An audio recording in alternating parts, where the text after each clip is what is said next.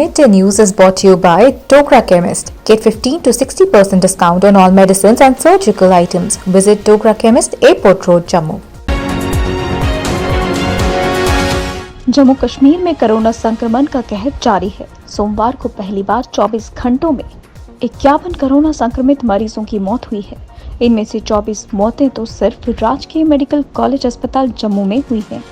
अब तक जम्मू कश्मीर में 2421 कोरोना संक्रमित मरीजों की मौत हो चुकी है।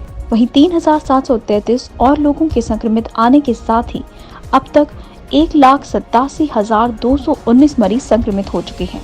अच्छी बात यह है कि 1,536 कोरोना संक्रमित मरीज स्वस्थ होने के साथ ही अब तक 1,50,231 मरीज पूरी तरह से स्वस्थ हो चुके हैं।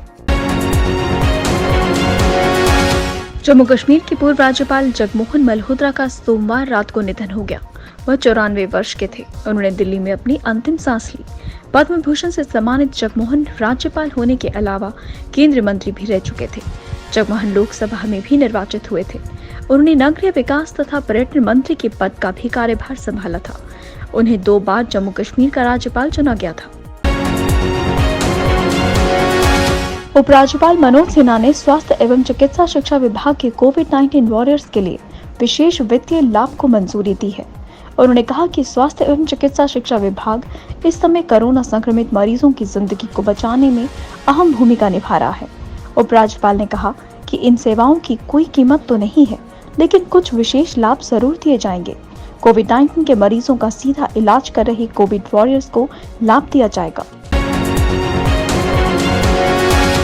जम्मू कश्मीर में कोरोना पर काबू पाने के लिए किए जा रहे प्रयासों के तहत उपराज्यपाल मनोज सिन्हा ने कोविड प्रबंधन टीमों के गठन के निर्देश दिए हैं। इन टीमों में जिला उपायुक्त, एसपी, मुख्य स्वास्थ्य अधिकारी और संबंधित जिलों के मेडिकल कॉलेजों के प्रिंसिपल व अन्य अधिकारी शामिल होंगे। यही नहीं, कोरोना के नियंत्रण के लिए उठाए जाने वाले कदमों की निगरानी के लिए ब्लॉक, तहसील और पंचायत स्तर पर कमेटियां गठित करने को कहा। ये निर्देश उन्होंने सोमवार को डिप्टी कमिश्नरों और एसपी के साथ हुई बैठक में दिए। इसमें जम्मू कश्मीर में कोरोना संक्रमण के हालात की समीक्षा की गई। जम्मू कश्मीर में कोरोना के बढ़ते मामलों को देखते हुए सरकार ने ऑक्सीजन की मांग और सप्लाई के ऑडिट का फैसला किया है। जम्मू और श्रीनगर में मोबाइल वैक्सीनेशन के लिए कदम उठाए जाएंगे। इसके साथ ही मरीजों के प्रबंधन और अस्पताल में मरीजों को रेफर किए जाने के लिए भी पर्याप्त कदम उठाए जाएंगे। मुख्य सचिव वीवीआर सुब्रमण्यम की अध्यक्षता में सोमवार को कोविड एपिक्स मैनेजमेंट ग्रुप की बैठक हुई, जिसमें जम्मू कश्मीर में कोरोना से उपजे हालात पर विचार विमर्श किया गया। मुख्य सचिव ने अधिकारियों को निर्देश दिए कि सभी अस्पतालों और मेडिकल संस्थानों में ऑक्सीजन की मांग और सप्लाई का ऑडिट किया जाए।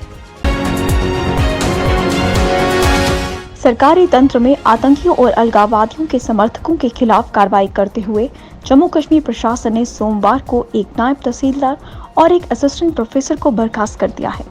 राष्ट्र एकता व अखंडता के लिए खतरे के आधार पर बीते 3 दिनों में प्रदेश सरकार अब तक 3 लोगों को सरकारी सेवा से बाहर का रास्ता दिखा चुकी है। इससे पूर्व प्रदेश सरकार ने कुपवाड़ा के एक सरकारी अध्यापक को 1 मई को बर्खास्त किया था। देश भर में कोरोना के हालात को लेकर सोमवार को स्वास्थ्य मंत्रालय ने प्रेस कॉन्फ्रेंस की, जिसमें एम्स के निदेशक डॉक्टर रणदीप गुलेरिया ने कहा कि कोविड की शुरुआत में सिटी स्कैन करने का कोई फायदा नहीं। उन्होंने कहा कि एक सीटी से 300 एक्सरे के बराबर रेडिएशन होता है। इससे कैंसर का खतरा बढ़ जाता है। चेस्ट एक्सरे के बाद ही जरूरत पड़ने पर डॉक्टर उचित परामर्श दे सकते हैं कि सीटी करने की जरूरत है या नहीं। इससे कोई फायदा नहीं है। सीटी में कुछ पैचेस आएंगे। कई स्टडीज हुई हैं। एक स्टडी हुई जिन्होंने एसिम्प्टोमेटिक लोगों में सीटी देखा और ये पाया कि 30 से 40% एसिम्प्टोमेटिक लोग जिनको कोई लक्षण नहीं है, सिर्फ उनका कोविड पॉजिटिव है, उनके सीटी में भी कुछ पैचेस आते हैं और वो अपने आप बिना ट्रीटमेंट के खत्म हो जाते हैं। बंगाल में विधानसभा चुनाव के नतीजों की घोषणा के बाद भी हिंसा का दौर थमने का नाम नहीं ले रहा है। रविवार शाम से सोमवार रात तक विभिन्न हिस्सों में हिंसा की घटनाएं घटी हैं। इन घटनाओं में 11 लोगों के मारे जाने की खबर है। भाजपा का आरोप है कि इनमें 9 उसके कार्यकर्ता हैं, जबकि बृद्धमान में एक टीएमसी और उत्तर 24 परगना में एक आईएसएफ के कार्यकर्ता की जान चली गई है। ज्यादातर घटनाओं में आरोप तृणमूल कांग्रेस पर लगा है।